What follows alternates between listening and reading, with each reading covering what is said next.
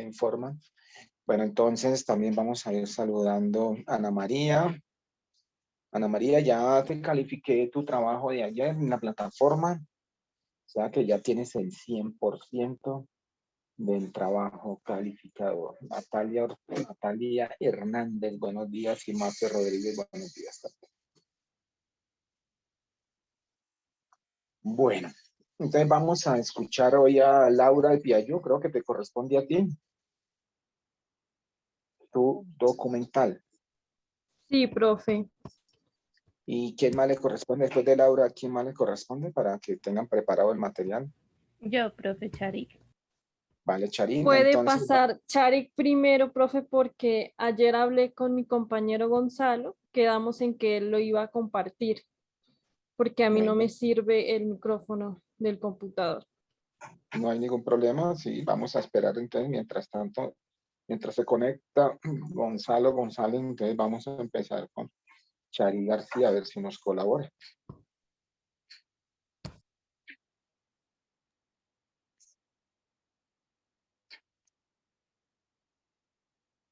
Vamos a utilizar la misma metodología, perdón un momentico, Chari, la misma metodología de evaluación, escuchamos, después hacemos la retroalimentación y evaluamos. Bueno, vamos a escuchar, hago silencio, gracias.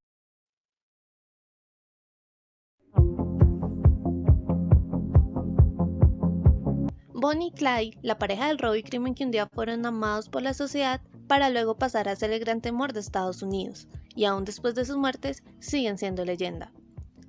Como se sabe, en toda guerra, sea donde sea, siempre va a existir el héroe y el criminal, y para muchos ser el héroe es de ricos.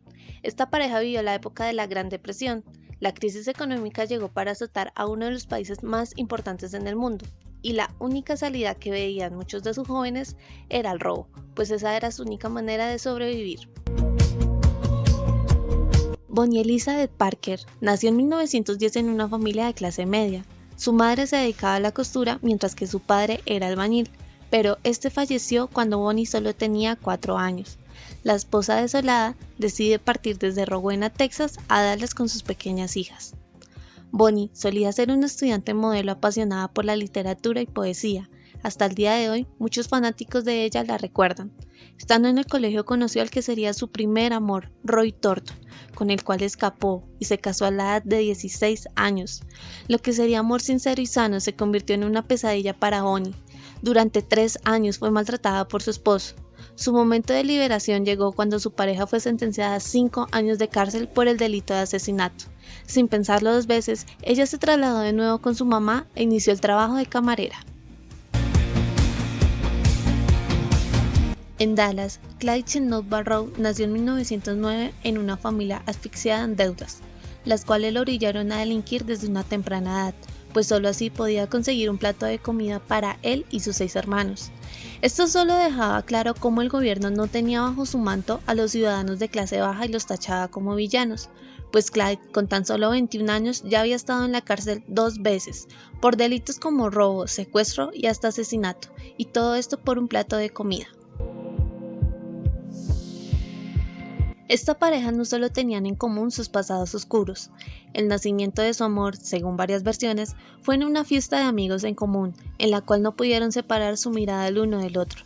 Otras versiones afirman que fue cuando Bonnie estaba visitando a su compañera de trabajo, debido a que ésta se había enfermado y Bonnie fue la que más le colaboró, y en la visita coincidió con Clyde y sus amigos. El flechazo de amor fue de inmediato. Desde el inicio de esta historia, Bonnie demostró la humildad de su corazón. Pero, ¿qué sucedió para que ella se convirtiera en la mujer más temida de Estados Unidos?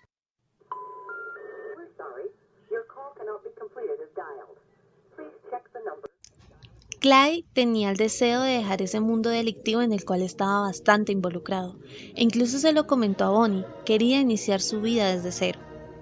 Los primeros meses de relación, Clyde trabajó como empleado de una construcción, la cual no lo dejó satisfecho con su remuneración. Volvía a ser víctima del gobierno que prometió en algún momento en campaña hacer el cambio.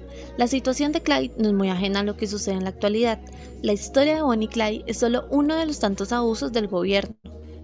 Siguiendo con la historia de Clyde, después después de haber dejado su empleo, volvió a sus viejos tiempos e inició lo que sería un camino sin retorno. Pisó la cárcel por tercera vez debido a robos. Bonnie escribía cartas a su amado, cartas desoladas, las cuales en algún momento dejaron de serlo para convertirse en un arma y poder enviárselas a su nuevo amor. Clyde escapó de la prisión para poder estar al lado de su pareja, pero al poco tiempo fue arrestado de nuevo. Víctima de abusos, trabajos forzosos e incluso violaciones continuas por parte de otro prisionero, y sin la intervención de alguna autoridad, acorralaron en una situación donde Clyde asesinó a su abusador, golpeándolo con una tubería. Para no tener más cargos encima, chantajeó a un compañero de prisión, quien ya cumplía una cadena perpetua, para que se autoinculpara por el delito cometido. Tiempo después le pidió a su compañero de celda que le cortara 2 dedos del pie con un hacha, para evitar los trabajos forzosos y poder descansar un poco. 2 años después salió en libertad condicional. Se supone que la cárcel sirve para proteger a la sociedad de personas peligrosas, pero solo son un testigo más del abuso que comete el gobierno. Si el Estado decidiera invertir su tiempo y recursos en la abolición de la pobreza, no tendría por qué temer de su propia sociedad, en este caso, no temer de Bonnie y Clyde. La salida de Clyde de prisión significó un nuevo inicio para la pareja. Bonnie, la joven apasionada por la poesía, comenzó el camino de la carrera delictiva que los marcaría para siempre, pero la chica en un robo fallido es capturada y termina presa. Poco tiempo después, fue liberada con la mentira de que la banda de los hermanos Barrow era quienes la obligaban a robar.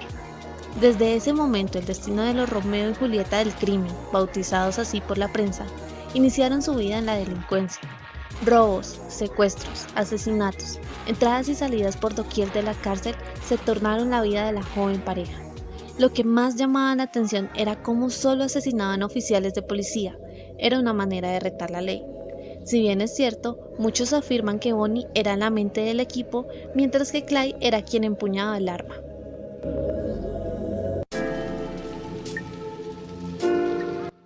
Bonnie comía un sándwich en el asiento del copiloto cuando el equipo policial Texas Ranger dispararon al auto sorpresivamente donde se encontraban ella y Clyde, sin darles tiempo de que ellos reaccionaran. 167 disparos, 51 sobre Clyde, quien murió al instante, y 57 sobre Bonnie. Heimer, la cabeza del equipo policial, reveló a la prensa que remató de 2 disparos en la cabeza de Bonnie. Odio reventar la cabeza de una mujer, especialmente si está sentada, pero si no hubiese sido ella, habríamos sido nosotros. Polémicas eran las que quedaban en la época de la Gran Depresión, pues la policía no les dio la oportunidad de rendirse y dispararon hasta asesinarlos, y esto está prohibido en la Constitución de Estados Unidos. De nuevo el criminal es el que está muerto, y sus entidades se convierten en los héroes de la historia. La prensa amarillista cerró la historia de esta pareja delictiva con las siguientes palabras: no hay nada más que decir, se acabó. La justicia y el orden han hecho su trabajo. Y junto a estas, acompañadas de fotografías del carro y los cuerpos de Bonnie y Clyde. Ellos nacieron en un entorno de guerra. Vivieron juntos el entorno de la guerra y la combatieron a su manera. Y finalmente murieron con la guerra. Víctimas del Estado o criminales. Bonnie y Clyde siempre serán recordados en la poesía, en el cine y estarán siempre en la historia de Estados Unidos.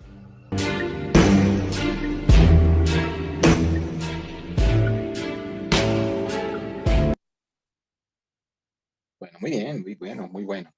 Vamos a escuchar entonces a la audiencia de esta sala sobre este documental.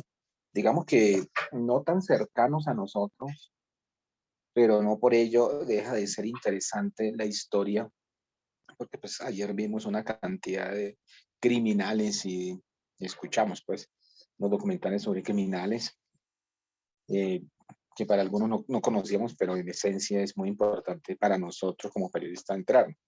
Hoy vemos fruto de una pareja también, fruto de una depresión económica americana. De pronto ni yo ni ustedes la han vivido, la vivimos porque no habíamos nacido, ¿sí? Pero digamos que fue coyuntural para el país del norte. Vamos a ver entonces qué dice la gente, qué opinan ustedes de este documental que nos presenta Charis García.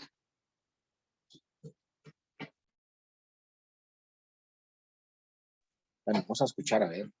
Ana María, usted que hizo ayer su documental, ¿cómo te pareció este? Bueno, me pareció súper interesante. Yo siento que la edición estuvo cool. Digamos, o sea, el guión como tal me pareció súper bien manejado, súper buen manejado. Bien, sí. Qué sé yo, la historia como tal, yo no la conocía, entonces súper interesante. A mí me gustó mucho. Digamos que la narración, estoy de acuerdo al libreto, creo que es muy bien equilibrado, ¿cierto? Digamos que nos señalamos al criminal, pero a veces no miramos qué hay detrás de esa criminalidad. Cuando el estado indolente genera ciertas situaciones o ciertos personajes como esos. Creo que ahí hay una posición clara, mejor, de lo que el documentalista quiere que concluyamos. Si realmente es el Estado el gestor, el culpable, o los criminales, o quién es más criminal, el Estado indolente o los criminales que por su indolencia tienen que buscarse el alimento o la situación sin que se justifique desde ningún punto de vista la criminalidad. Eso es obvio. Bien, estoy de acuerdo contigo, Ana María. Vamos con, a ver, Nicole, tú también hiciste documental ayer, tu posición frente a este.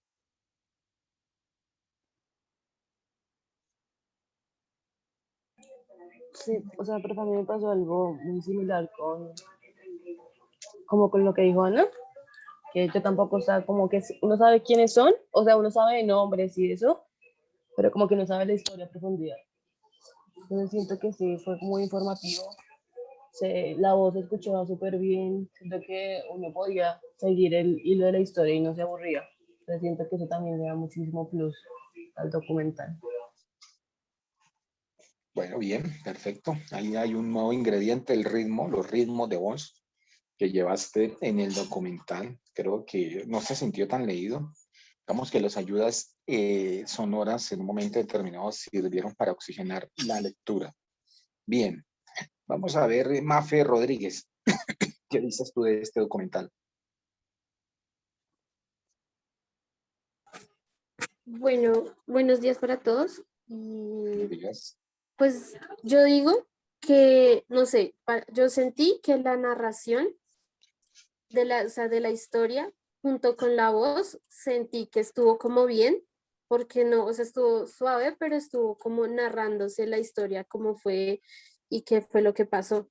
Entonces, para mí, siento que lo hizo bien y pues felicitarla. O sea, fue como eso que vi porque me llamó mucho la atención cómo ella mostraba también las imágenes y la historia iba corriendo.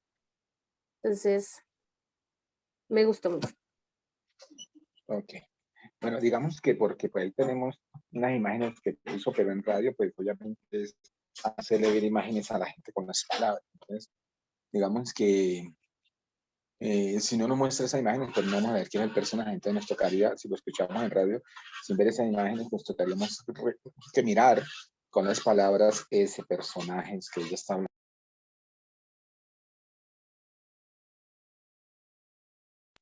Entonces, creería yo que el tema de los personajes que describe, pues es interesante también. Creo que ahí se deja entrever lo que yo les he dicho en radio, es cómo yo logro captar el interés del auditorio, de los oyentes o qué sé yo, de los que nos escuchan con las palabras, es decir, ver cómo logro yo identificar a la persona, a los dos personajes de estos asesinos. ¿Sí? Inclusive la descripción de la balacera, no sé cuántos, 58, yo no sé qué, balas al uno, tanto al otro, o sea, uno dice, se imagina cómo quedarían los cuerpos. Sí, o sea, es una descripción hasta interesante ese datico de las que lo haya dicho, de cuántas balas y los dos lo remató en la cabeza, pues uno dice, a ver, es una cosa de locos, es una película bien montada desde la radio, desde la locución. Y entre otras, como lo dice ella en su libreto, pues que por más delincuente, criminal, lo que sea, tienen derecho a aplicársele una justicia, no con la bala, sino con la ley. Pero bueno, inclusive la posición de la prensa, como ella lo dice ahí en su documental. La bala que aplaude y que le da el reconocimiento a la policía de que se haya acabado con estos delincuentes. Fíjense todo ese documental de fondo, que es lo que hay, que me parece hasta interesante la narración literaria que le coloca aquí Chari. A ver, Natalia, en tu caso, ¿qué piensas? Bueno, profe, buenos días. Buenos días. Me gustó mucho.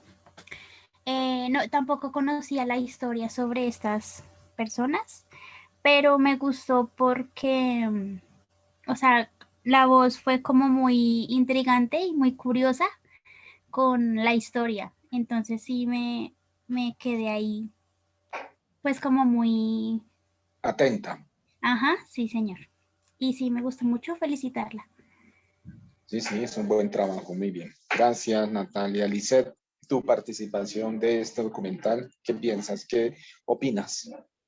Ok, pues digamos que yo siento que Sharik ya también tiene como un estilo súper particular a la hora de narrar las cosas y siento yo que, digamos, este tipo de cosas como podcast o historias de este estilo le sirven un montón porque Sharik tiene la habilidad de con la voz hacer que uno como que se entregue por completo a la narración, ¿sí me explico? Entonces es como que ella hablaba y por lo menos en mi caso, ¿no? A mí me pareció súper interesante y todo el tiempo estuve como muy, muy, muy atenta de todas las cosas que ella decía, porque aparte de que lo narra de una manera súper calmada y toda la cosa y que no suena leído, tiene la habilidad de que capta la atención sin necesidad de levantar la voz en momentos determinados, sino que, no sé, siento yo que su tono de voz llama un montón la atención. Ok, muy bien. O sea, tiene una gran ventaja y digamos que tú dices que el estilo, digamos que ya está logrando posicionarse desde la voz como una periodista que puede conectar a la gente de entrada. Eso no es fácil, o sea, lo que tú dices, eso no es fácil conectar a uno al que lo está escuchando, al que lo está viendo o al que lo está leyendo, sea del tema del texto o sea del tema oral visual. Digamos que no es fácil y uno es periodista cuando ya logra que de entrada se conecte el oyente con uno, o el televidente o el lector, pues es una gran habilidad, es una gran herramienta que de hecho nosotros como periodistas debemos de ir forjando, ¿verdad? Ir forjando eso, ir fortaleciendo además, ya que la tiene Chari, porque pues te van a reconocer por eso. Ay, yo quiero escuchar el documental de esta chica. Hace documentales que me conectan y son interesantes porque tiene un estilo de narración así o porque tiene una literatura así o porque simplemente me gustan los temas que escoge. Entonces, digamos que ya vas identificando un estilo y eso es muy bueno. Me parece interesante eso. Laura Piayú, vamos redondeando contigo. Bueno, profe, como dijeron los compañeros, Sharik logra tener una voz agradable. A mí, en lo personal, me atrajo, me atrapó y eso hizo que pues llevara todo el hilo de la historia y de la narración. Me gustó el guión, cómo lo organizó, como primero esto, luego la canción y así. También me gustó mucho y escogió las canciones que pues era de la época.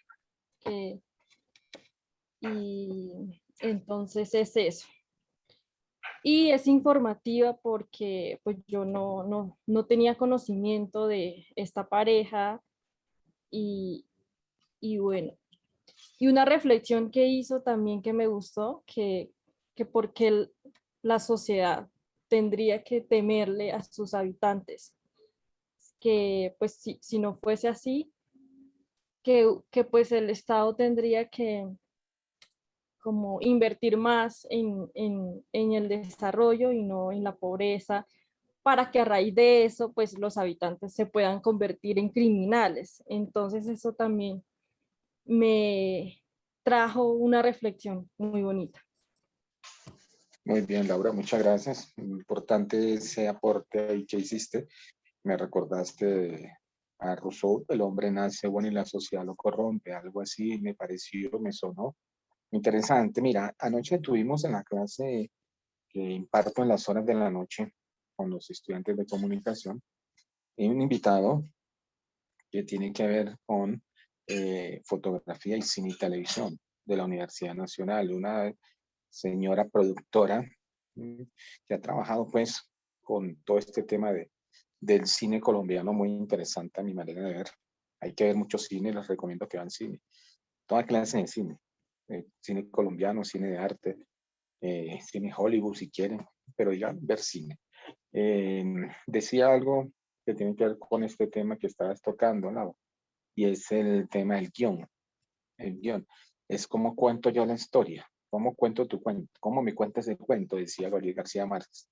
Es interesante a la hora de construir, hacer el constructo literario mejor de una historia para cine o para radio, es como el documentalista o en este caso el cronista o el reportero, porque están viendo conmigo es otro tema ya diferente de ustedes. Ustedes están en documentales y están en otras crónicas y cosas de esas, de otros temas diferentes de ustedes. Pero digamos que cualquiera de los dos es como yo construyo la literatura de ese propósito comunicativo, sea radial o sea televisivo o audiovisual. Entonces me parece muy adecuado lo que tú dices. ¿Por qué?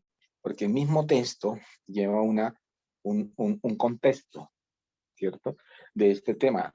Yo les decía, pues no conocíamos, no nos corresponde, no sabíamos de este tema, no es ajeno a nosotros, a nuestra realidad, pero no obstante es muy cercano por el tema de que hay de criminalidad. Nosotros vivimos cada rato aquí con atracos, con violencia, o sea, eso no es ajeno a nosotros, a pesar de que no conozcamos estos personajes, la esencia misma de la maldad, de la criminalidad y todo esto lo vivimos diariamente. Aquí en Colombia, yo creo que es uno de los países más violentos que tiene Latinoamérica en cuanto a atracos y robos y asesinatos. Que no miren los líderes sociales cuánto llevan aquí en el país en menos en plena pandemia. Entonces, pues creo que no es muy ajeno, pero creo que la literatura la construye muy bien, estoy de acuerdo con Laura y yo también, la construye muy bien y la combina muy bien con la voz, como están diciendo ustedes, y anexa un tercer elemento, la concluye muy bien, ¿verdad? ¿Quién es el culpable? ¿El Estado gestor o el criminal que no tiene otra salida en medio de una sin salida, de un Estado que no le permite salir adelante? Entonces, creo que eso no es tan ajeno a nosotros. Muy bien, Laura. Y no sé qué me falte, porque no sé si Ashley, Gonzalo y Brian hayan logrado escuchar algo de esto que vimos. Si no, pues seguimos con la otra. ¿Ustedes alcanzaron a escuchar a Ashley, Gonzalo y Brian, que entraron después? ¿Alcanzaron a escuchar el documental o no? No, profe, yo no alcancé. Bueno, me imagino que Gonzalo tampoco, ni Ashley. Entonces no les voy a pedir un concepto. Más bien le pido el concepto a Chari, su experiencia, tal como lo estamos haciendo con todos. Cuéntanos tu experiencia en esto. Pues, profe, yo en un inicio había grabado este documental y yo se lo había enviado, siempre es como a un amigo que es como el que me influye a ver cómo hago las cosas. Y es lo primero que me dijo en el primer documental que grabé, me dijo, esa no es su voz, ese no es su estilo. Entonces lo volví a grabar y él me aconsejó cómo era mi estilo y pues este fue el resultado. Y como decían mis compañeros, pues lo ajusté fue a mi estilo y siento que se salió natural. No lo forcé, no traté como alterar las cosas ni nada por el estilo, porque pues si trato de cambiarlo, no siento que se va a reflejar en los trabajos. Y entonces, pues más que todo acá fue gracias al consejo de un amigo de que me mostrara tal cual como soy y no como quería demostrarlo a otras personas, una verdadera imagen. Bueno, pues entonces sigue trabajando ese estilo. Como te dije al inicio, digamos, no es fácil, no es fácil. Como le decía a Licey, lo que te dije, no es fácil ya que te reconozcan por un estilo y menos en radio y que la gente te siga, sea por el tema, sea por tu manera de narrar, o sea por tu forma de contextualizar o escribir el texto. Entonces sigue trabajando ese estilo. Si por ahí es y te da resultado, pues dale, la gente te seguiría y te escucharía tus documentales o te vería tus documentales audiovisuales porque ya te identifican. Y de eso se trata esta materia de radio y locución, que es buscar cómo yo locuto con todos estos ejercicios que hicimos, cómo yo logro al final de este módulo decir, tengo un estilo ya así, logré identificar mi voz así, por aquí es, o pues por acá, qué sé yo, no todos somos iguales, ¿listo? Yo creo que pues ese era el propósito de esta materia, como les dije. Yo al final les dije, al inicio les dije que al final quería que pues cada uno identificara su estilo y lograra ir avanzando y trabajándolo diariamente como tiene que ser. Listo, Chari, muy bien. Felicitaciones, gracias. Vamos a escuchar a Laura Piayu, que Gonzalo te lo va a compartir.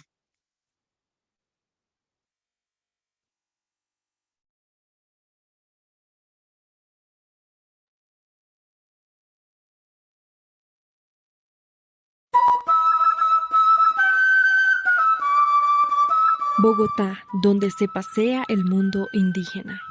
Muchos pueblos nativos deambulan por las calles del distrito capital, vistiendo sus trajes típicos en busca de una meta, ya sea estudiar o simplemente vivir.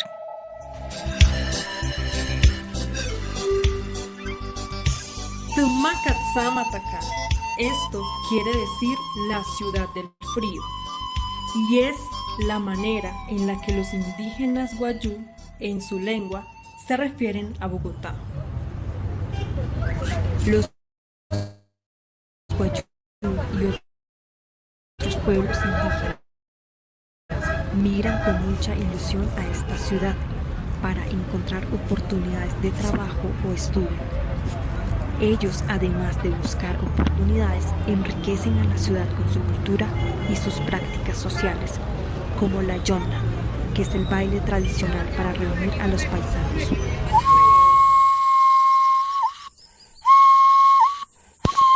Hola, mi nombre es Loeli Beatriz González, Epieyú. Soy del clan Jayariú de Maicá, La Guajira. Hace un año llegué a Bogotá, un 3 de marzo del 2020. Llegué con un bebé en brazos. No sabía dónde llegar. No tenía nadie que me esperara. Pero gracias a Dios, a Maleigua, que es nuestro Dios, me puso en mi camino 2 ángeles que me ayudaron y me dieron posada con mi bebé, porque mi bebé en ese tiempo tenía 2 meses de nacido. Una indígena, Camusam, me dio la mano y llegaron 2 indígenas de la NASA y otra indígena que es del Cauca. Me dio la mano con mi bebé, me ayudaron bastante. Y sí, fui muy bendecida aquí en Bogotá. Pero es muy difícil porque llegamos en un territorio que no conocemos, por donde andar, muy grande, peligroso. Y ahí me puse a tejer mis mochilas, vendí mis mochilas, me defendí. Pasé muchas cosas, pero llegué acá porque mi motivo y mi meta es seguir adelante, progresar por mi familia, por mis hijos, por mi madre, porque en La Guajira no tenemos oportunidad de trabajo, no hay oportunidad de poder trabajar en una comunidad porque ahí tenemos que pagar vacuna, muchas cosas son que pasamos allá. A veces comíamos, a veces no comíamos y eso fueron otras razones por las cuales me impulsé a venir acá y porque quiero progresar. Mi meta es seguir, terminar mis estudios y sí, quiero estudiar. Mi gran sueño es ser abogada. Se organizan con fuerza para reivindicar sus derechos. En el transcurrir de los años han avanzado en conseguir que se establezca una política pública en la gestión de la ciudad, en donde se han reconocido 14 cabildos y que se fomenten recursos para el funcionamiento de la Casa del Pensamiento Indígena, lugar en el cual se fortalecen los saberes étnicos. Además, cuentan con un cabildo indígena universitario, en donde estos jóvenes universitarios caminan entre 2 mundos, se inclinan en su cultura, pero también se acoplan al mundo occidental, se desenvuelven en la tecnología como el Internet y el uso de las redes sociales para divulgar el arte tradicional y algunas actividades que estos jóvenes realizan.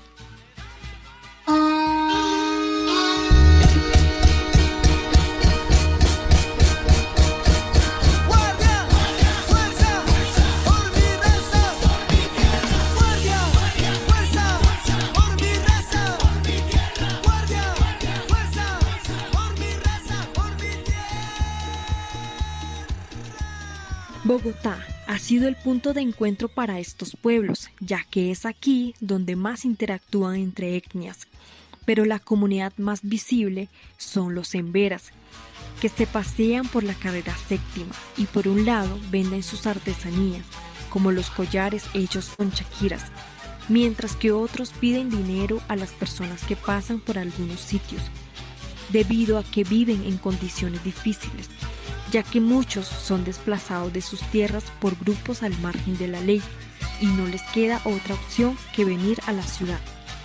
Los aruacos y también los guayú buscan el sostenimiento económico al vender las mochilas tejidas con hilos de crochet, macramé y con algodón de la piel de oveja.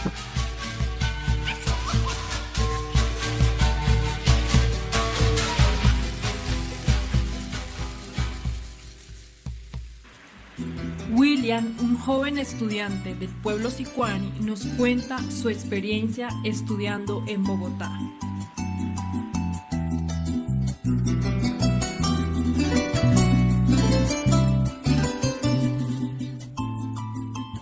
Respecto a la experiencia que te puedo comentar al respecto de que un estudiante indígena pueda ir a la universidad, sobre todo al centro del país como es el Distrito Capital de Colombia, que es Bogotá, es una experiencia única para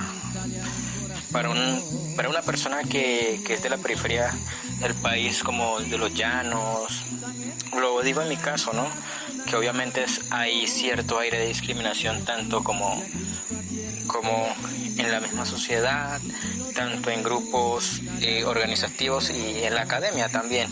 Entonces son cosas que pues de una o cierta manera vienen perjudicando la permanencia, el desarrollo de un estudiante de la universidad, porque no va a tener el mismo calor afectivo de su región y obviamente se está enfrentando a diferentes situaciones, muchas situaciones hostiles para esa persona.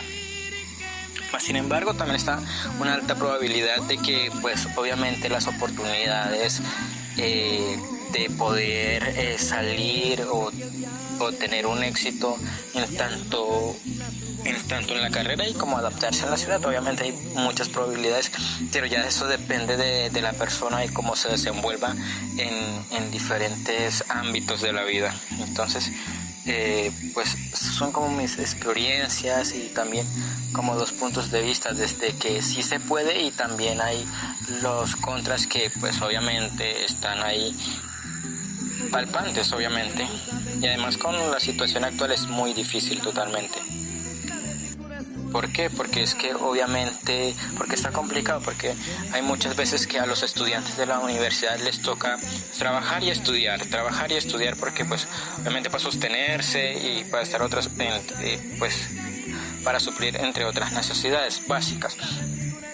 Y además ahorita con la situación actual pues no da pie para eso, porque pues obviamente todo el comercio está cerrado, todo el comercio está en quiebra, se puede decir en ciertas formas. Entonces para el sostenimiento es muy complejo, y aunque pues estamos estudiando de manera remota, hay otras, nos enfrentamos a nuevos retos y son cosas que pues hay que comenzar a mirar. Entonces pues esto sería como la experiencia que ya te puedo contar. Bogotá, que era Bacatá para los muiscas, conserva de la lengua muisca nombres como Fontibón, Usme, Usaquén, Engativá, Suba, entre otros.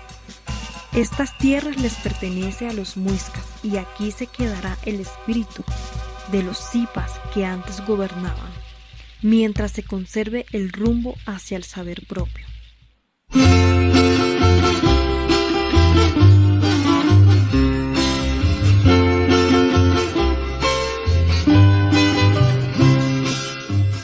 Mi nombre es Harrison Yango Macapera, pertenezco al pueblo Pijao del sur de Tolima. Entonces, pues, mi historia de vida se resume de que, pues, al cumplir mis 18 años, pues, no pude seguir más en mi casa. Entonces no fui ni al ejército ni la policía, pues porque en mi territorio, pues, los grupos armados, pues, ellos hacían un conteo de, digamos, de las familias que jóvenes se iban a las Fuerzas Armadas y pues una cuota la pedían para ellos. Entonces, pues cuando cumplí mis 18, pues yo era como el prospecto para ellos. Entonces mi papá decide que yo no siga ese camino, digamos, en el tema militar y eso, que él no quiere, él quiere que yo tenga un futuro diferente y pues me manda acá para acá a la ciudad. Y pues lo curioso es que si hubiera hecho parte, digamos, de esas instituciones, no hubiera podido volver a mi territorio. Entonces, pues vine acá a la ciudad, pues pude la oportunidad de estar estudiando en la universidad y pues gracias a eso he podido forjarme. Estudié en la Universidad Externa de Colombia y pues en los primeros semestres yo tuve que trabajar muy fuerte, pues porque mis papás pues me colaboraban, pero pues está un poquito duro sostenerme porque esta ciudad de Bogotá es muy grande, muy compleja, pues aquí no es tan cómodo como otras ciudades del país. Es algo costosita porque pues esta ciudad todo es salir, pues gastos por aquí y por allá. Entonces pues estuve trabajando en las misceláneas de cerca de la universidad. También siempre fui una persona, siempre he sido una persona muy perseverante. Eso me ha servido pues para salir adelante y pues es duro, bro, porque en los contextos de ciudad pues muchos de nosotros los jóvenes indígenas tenemos que acoplarnos rápidamente a la ciudad. Esta ciudad de Bogotá pues no es tan fácil a pesar de que es la ciudad que nos acoge a todos, ¿no? Pues ya las oportunidades no son tan variadas como antes, es más complejo conseguir trabajo, incluso siendo profesional, pues ahora rige que las empresas, digamos las entidades buscan ese apoyo, ese método, ¿no? Por recomendación y por palanca y es algo que nos pone a muchos en desventaja. La mayor parte de los indígenas llegan a Bogotá en situaciones complicadas, ya que tienen que buscar la manera de subsistir en la ciudad. Y algunas de las comunidades que toman mayor presencia en Bogotá son, además de los emberas, los huitotos, ingas, cancuamos, zenú, entre otros pueblos indígenas. Para concluir, todos llegan a la ciudad con los mismos propósitos y sueños para así superarse cada día más.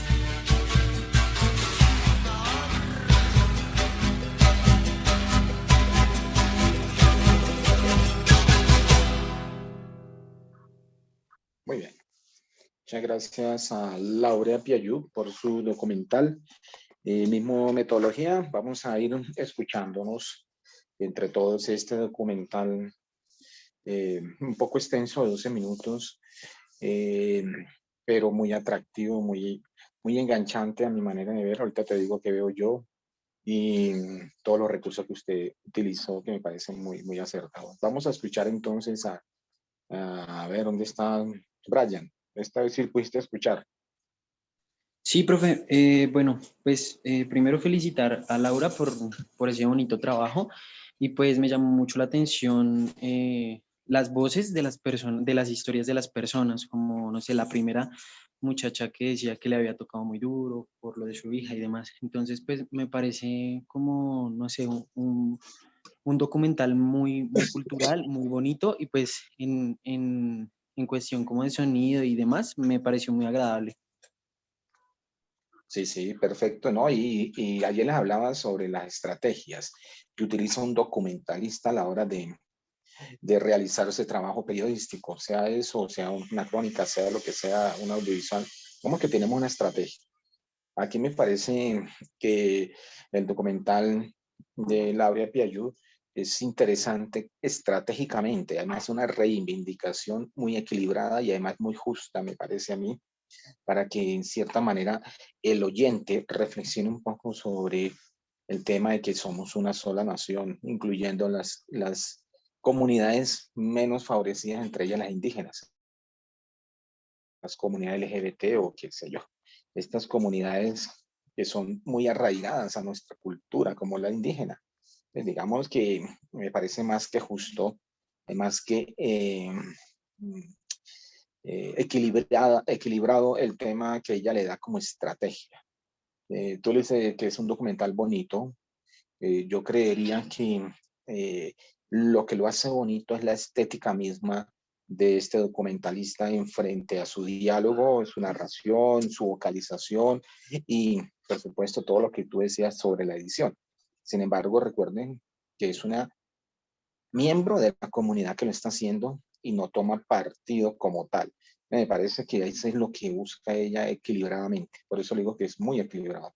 Y me parece muy interesante esa estrategia de equilibrar la parte periodística con nuestra esencia como cultura indígena, en el caso de ella. Pues todos somos indígenas. Lo que pasa es que nos creemos algunos europeos porque son blancos, tienen los ojos verdes o claros o azules.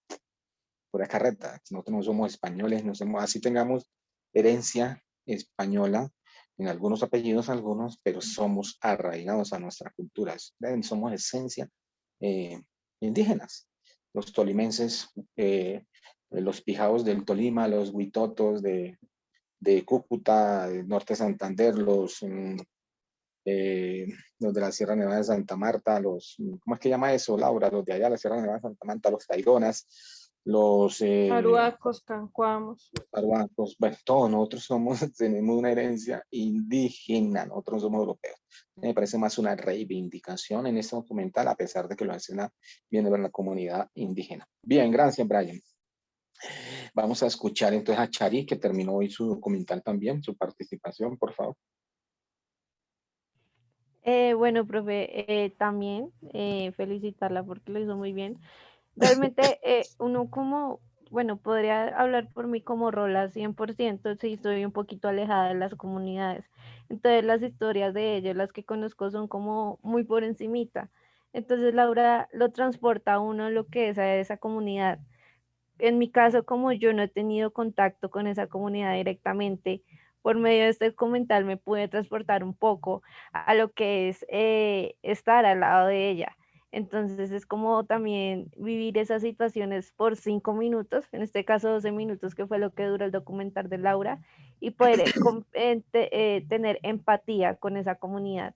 Entonces es un documental muy bonito, informativo también, lo cual lo ambientaliza a uno y lo hace sentir cómodo y como si uno estuviera dentro de esa comunidad en el tiempo que dura el documental.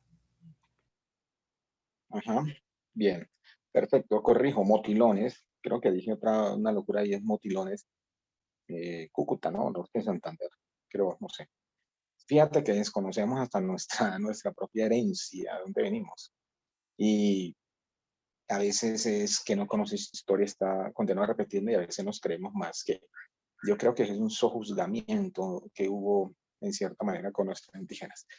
Bueno, dos, yo creo que es prácticamente una muestra real en este documental de lo que vienen los indígenas, que ese éxodo de indígenas a las grandes capitales, no solamente aquí en el mundo, lo que no hay una comunidad más perseguida, aniquilada y prácticamente encerrada que los indígenas. En México, con Estados Unidos, en Colombia, en América Latina, yo creo que es una de las cosas más fuertes que ha sufrido la humanidad frente frente a la negación de estas comunidades, el exterminio de estas tierras, la lucha por ese territorio. Creo que de cierta manera este documental sí nos deja entrever ese éxodo, esa problemática como tal. Bueno, Lice, tu concepto. Bueno, pues yo, digamos que siento que Laura es muy buena para los podcasts. A ella se le da mucho eso porque la voz de Laura da para ese tipo de cosas. Siento que el tema fue súper interesante, la verdad.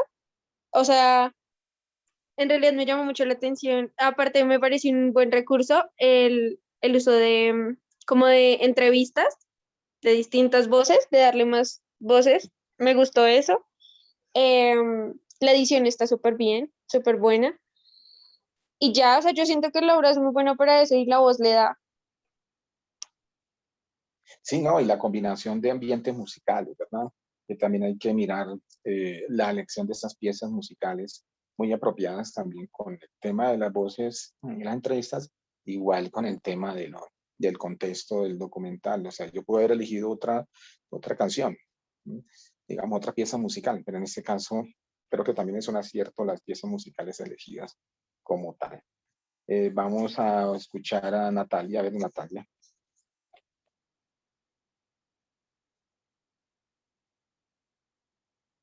Bueno, Natalia no está. Sí, profe, Vamos a... perdón. Ok, bueno, dale. Bueno, pues siempre me ha parecido curioso cómo la cultura de Laura y pues todo lo que ella nos cuenta. Entonces sí, fue muy interesante el tema, me gustó que siempre tuvo como un nivel de voz, nunca la cambió y siento que es muy adecuada para este documental, pues que a ella le funciona por ser su cultura. Pero también hay que anexarle, pues yo conocí a Laura ya en el estudio, digamos que es el esfuerzo que ella plasma de los indígenas en esa lucha por abrirse un espacio en una metrópolis como Bogotá, en esta selva de cemento. Ellos vienen de la selva, de sus entornos culturales ancestrales arraigados a una selva de cemento que es Bogotá, que es muy fuerte, ¿no? Ese cambio. Digamos que ese es el reflejo de ese documental también, como esa lucha constante. Pues yo vi a Laura en la clase y yo veo que ella se esfuerza, trata de aprender, de mejorar, de hacer, o sea, digamos que esa es la idiosincrasia de Laura y de su cultura indígena y de todos los indígenas como tal. Esa lucha constante por salir adelante, por estudiar, por prepararse, por ofrecer a sus comunidades otra manera de ver el mundo, ¿cierto? Y de luchar por sus derechos y sus reivindicaciones. ¿Y cuál es la salida? Ni siquiera es tomándose las armas, nada, es la mejor arma que debe tener cualquier ciudadano en el estudio.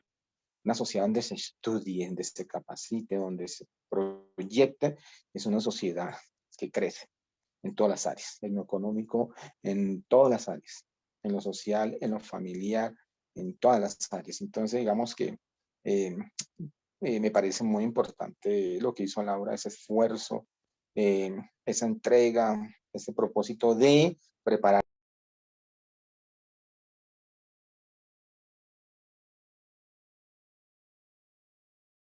Profe, Se me se le está cerró entrando una llamada ahí, micrófono. pero sí me está dando una y por eso hubo ese lapsus ahí, ya lo corté, la rechacé. Entonces, digamos que la obra es el reflejo, lo que yo vi, de lo que transmite en ese audio, en ese documental. La lucha constante de estas personas que vienen acá al mundo a reivindicarse.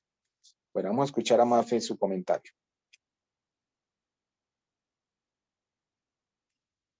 O Ashley o Ana María, también, cualquiera de las tres, en el orden que quieran. Participemos, que es muy importante escuchar y ser escuchado. A ver, Ana María.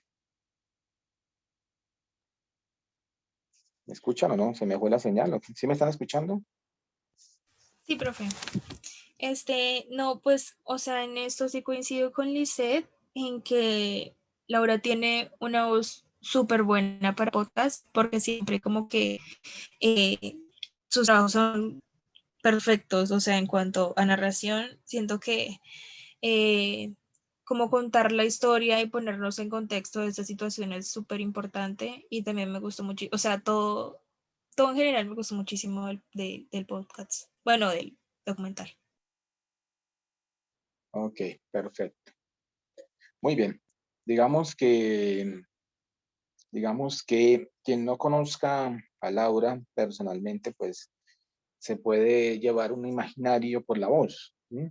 Digamos, eso es lo que hace en la radio, que uno se imagine ese personaje, que identifique ese personaje por lo que están transmitiendo. Digamos que pues ella, su cultura muy arraigada, pues uno la ve de una manera y la ve de otra, y la imagen que transmite vestida de como está vestida en su foto que pone, que colocan en las redes, o lo que transmiten esos, ¿verdad? Pues uno diría maravilloso, es una representante digna de este tema. Y está bien, la voz, sí estoy de acuerdo también. Yo no me he querido detener mucho en los aspectos de locución, porque pues creo que Ustedes lo han dicho, me parece que la voz ya la tiene clara para esos trabajos de podcast y todos estos temas que lo hacen muy bien. Entonces, por ahí va a ser, por ahí es, y entonces le está dando por donde es. Y de hecho, las redes sociales para estos temas son muy buenos, son muy fuertes y son una ventaja, son una ventana abierta para que puedas meterte por ahí. Ahí te están diciendo lo importante de tu voz para que logres incursionar en el medio por ese lado. A ver, Ashley, gracias, Ana María, Ashley y Mafe. Terminamos con ustedes, Ashley y Mafe. Ay, Nicole, qué pena, me faltaría Nicole también. Cualquiera de las tres que algo que quieran decirle, lo que vieron de Laura, de su documental, quiero decir. ¿No quieren hablar? Nicole, ¿algo tienes que decir? ¿Alguna cosa? Bueno, entonces vamos a escucharte a ti, Laura Piayú, tu concepto mismo, tu experiencia.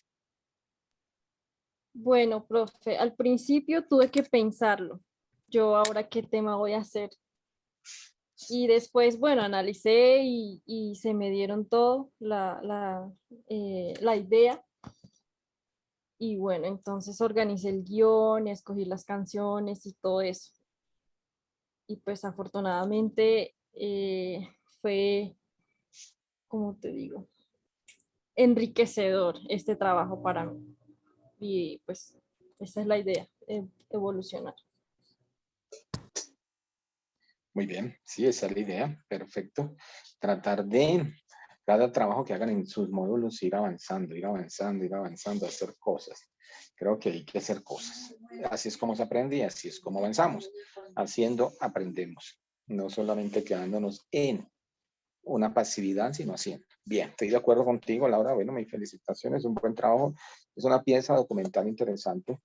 Me gusta, me parece que estoy de acuerdo con lo que dijeron. Tienes una buena voz para este tema.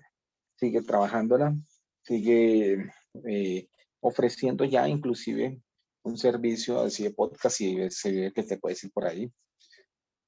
Un trabajo, digamos, de voz, que es lo que tienes que cuidar ahora. Trabajar la voz mucho para que pueda ser una herramienta de ventaja profesional. Bueno, muy bien. ¿Alguien más falta? Hoy tenemos ya todo o falta alguien.